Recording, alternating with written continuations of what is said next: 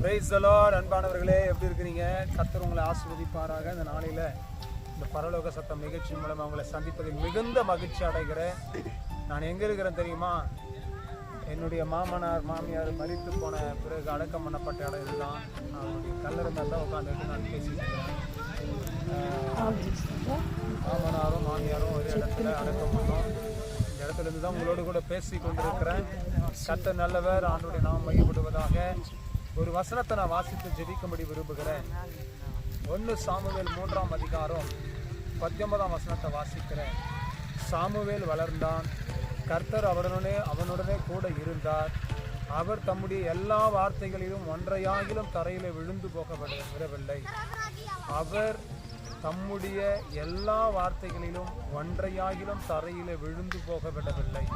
தேவ பிள்ளைகள், சாமுவேல் மரித்த பிறகு அவருடைய ஒவ்வொரு வார்த்தைகளையும் தரையில விழுந்து போக விடவில்லை. பாருங்க, சாமுவேலுடைய வாழ்க்கையில் என்னெல்லாம் வாக்கு பண்ணினாரோ அது எல்லாத்தையும் கர்த்தர் நிறைவேற்றினார்.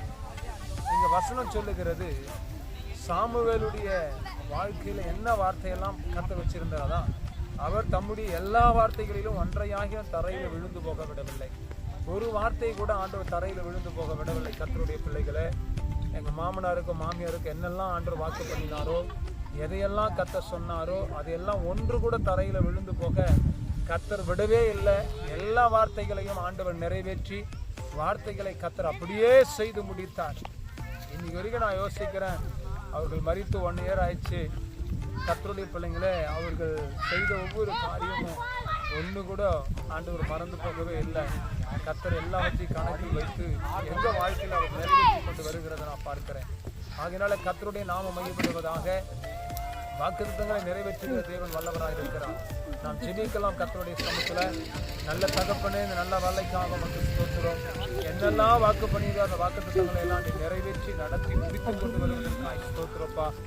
ஆண்டவரே ஸ்தோத்திரம். என்னுடைய மாமனாருக்கும் மாமியாருக்கும் சொன்ன வார்த்தைகள் ஒன்று கூட தரையில விழுந்து போக விடவில்லை.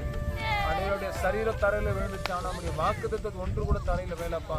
கர்த்தர் நிறைவேற்றி நடத்தி கொண்டு வருகிற தயவுக்காக மட்டும் ஆசீர்வதித்து ஆண்டவரே, உடைய பிள்ளைகளுக்கு நீ என்னெல்லாம் வாக்கு பண்ணியிருக்கிறீரோ அது ஒன்று கூட தரையில விழாதபடி கர்த்தர் நிறைவேற்றி கர்த்தர் நடத்த முடியும். கரத்தில் கொண்டிருக்கிறோம்.